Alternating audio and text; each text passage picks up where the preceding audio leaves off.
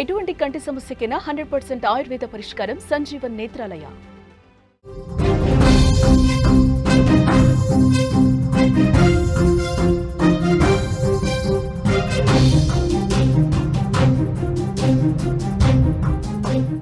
Breaking news చూస్తున్నాం. కాకినాడలో ఘరానా మోసం జరిగింది. బట్టతలపై జుట్టు కోసం విఆర్ఎస్ హెయిర్ క్రియేషన్స్ ను సురేష్ అనే వ్యక్తి అప్రోచ్ అయ్యాడు. 98,000 రూపాయల ప్యాకేజీతో జుట్టు రప్పించడానికి డీల్ కుదిరింది. 9 నెలలుగా కనీసం ఒక్కటంటే ఒక్క వెంట్రుక కూడా మొలవలేదు.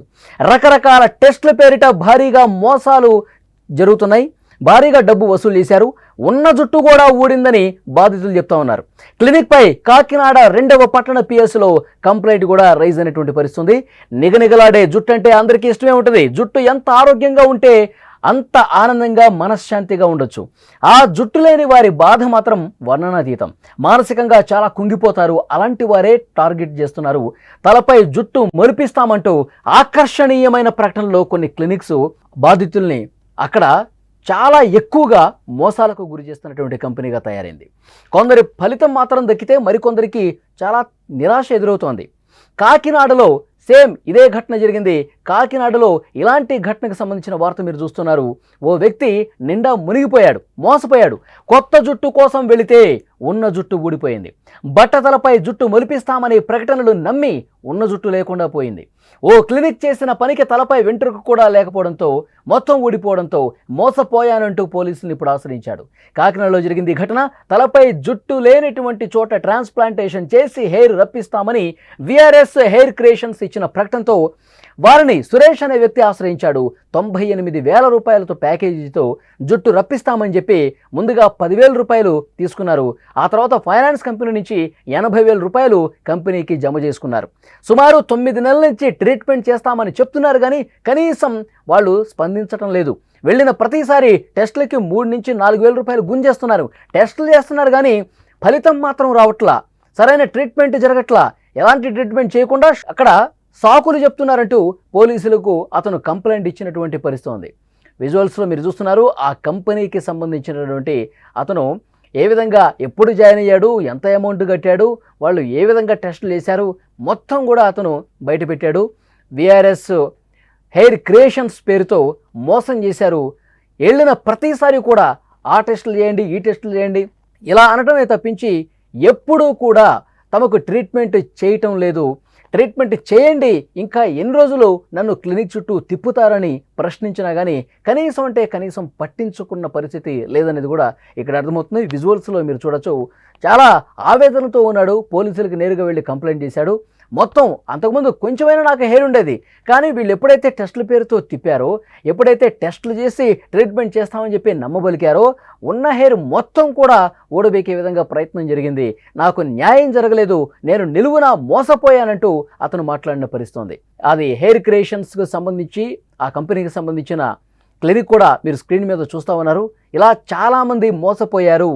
చాలామంది దగ్గర లక్షల్లో డబ్బులు వసూలు చేశారని చెప్పి సమాచారం వస్తుంది. ఇంకా చాలామంది బాధితులు ఈ విఆర్ఎస్ హెయిర్ క్రియేషన్స్ క్లినిక్కి సంబంధించిన బాధితులు చాలామంది క్యూ కడుతున్నట్టుగా తెలుస్తుంది. చాలామంది పోలీసుల్ని ఆశ్రయిస్తున్నట్టుగా తెలుస్తుంది. చాలామంది వీళ్ళు బెదిరించారంట. బెదిరించి మీరు డబ్బులు కట్టాలి, డబ్బులు కడితేనే మీకు ట్రీట్మెంట్ చేస్తాం. ఇంకొక ముఖ్యమైన విషయం ఏంటంటే వాళ్ళు ట్రీట్మెంట్ చేతగాక, ట్రీట్మెంట్ చేయటం రాక వెంట్రుకలు మొలుస్తాయని చెప్పి వాళ్ళు ఆశ చూపించి లక్షల రూపాయలు డబ్బులు దండుకున్నటువంటి పరిస్థితి ఉంది. ఆ టెస్టులు ఈ టెస్టులు అని చెప్పి టెస్టులకే కొన్ని వేల రూపాయలు వీళ్ళ దగ్గర నుంచి గుంజిన పరిస్థితి ఉంది. చాలా దారుణమైనటువంటి మోసంగా చూస్తూ ఉన్నారు. ఇంకా బాధితులు వరుసగా వస్తూ ఉన్నారు. స్థానిక పోలీస్ స్టేషన్కి వెళ్ళి కంప్లైంట్ చేస్తున్న పరిస్థితి ఉంది. అసలు వాళ్ళని ఏ విధంగా అప్రోచ్ అయ్యాడు ఈ వ్యక్తి? అప్రోచ్ అయినప్పుడు వాళ్ళు ఏం చెప్పారు? ఎన్ని రోజుల్లో మీకు ట్రీట్మెంట్ కంప్లీట్ అవుతుందని చెప్పారు? ఎన్ని రోజుల్లో హెయిర్ వస్తుందని చెప్పారు? ఈ మొత్తం కూడా అతను పోలీసులకి కంప్లైంట్ రూపంలో ఇచ్చినటువంటి పరిస్థితి. ఇంకా వాళ్ళు బెదిరిస్తూ ఉన్నారు. దానికి సంబంధించిన సమాచారం కూడా పోలీసులకి చేరవేస్తూ ఉన్నాడు. ఈ బాధితుడు ఏం మాట్లాడన్నది ఒక్కసారి విందాం మనం. లాస్ట్ ఇయర్ నేను ఫేస్బుక్ లో చూసి హెయిర్ క్రియేషన్ అనే వాళ్ళని నేను సంప్రదించడం జరిగింది మేడం. వాళ్ళని నేను యాడ్ లో చూసానండి. వాళ్ళతో మాట్లాడగానే మాది కాకినాడ అండి, వచ్చి ఒకసారి మా ఆఫీస్కి రండి, నేను ఒకసారి చూసి చెప్తాను అని అన్నారండి. అనడంతో వెళ్ళడం జరిగింది మేడం. వెళ్ళిన తర్వాత వాళ్ళు విషయాలన్నీ చెప్పారు. చూసి హెయిర్ అది చూసారండి. మీకు 2 సిట్టింగ్స్ పడతాయండి, ఒకేసారి చేసేస్తాం. ఇది ఆఫర్ లో ఉంది ప్రజెంట్, దసరా ఆఫర్ అని చెప్పేసి చెప్పారండి లాస్ట్ ఇయర్. అనేసరికి సరే మేడం నేను అమౌంట్ చూసుకుని చెప్తానండి అని చెప్పానండి. అసలు మీరు రూపాయి కట్టక్కర్ లేకుండా మేము చేస్తాం కదండి అని అన్నా.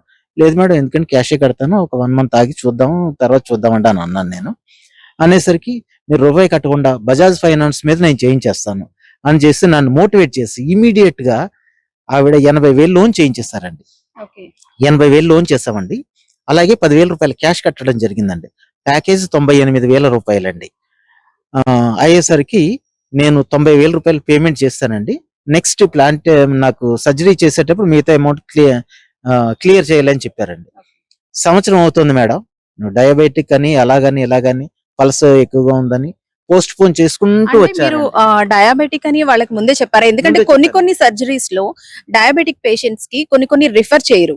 సో ఇలాంటి హెయిర్ రీప్లాంటేషన్ అనేది చాలా మంది అంటే డయాబెటిక్స్ కి రిఫర్ చేయరు. అవును మేడం. మీరు ముందే వాళ్ళకి చెప్పడం జరిగింది. అవును మేడం, నేను ముందు వాళ్ళకి చెప్పడం జరిగిందండి.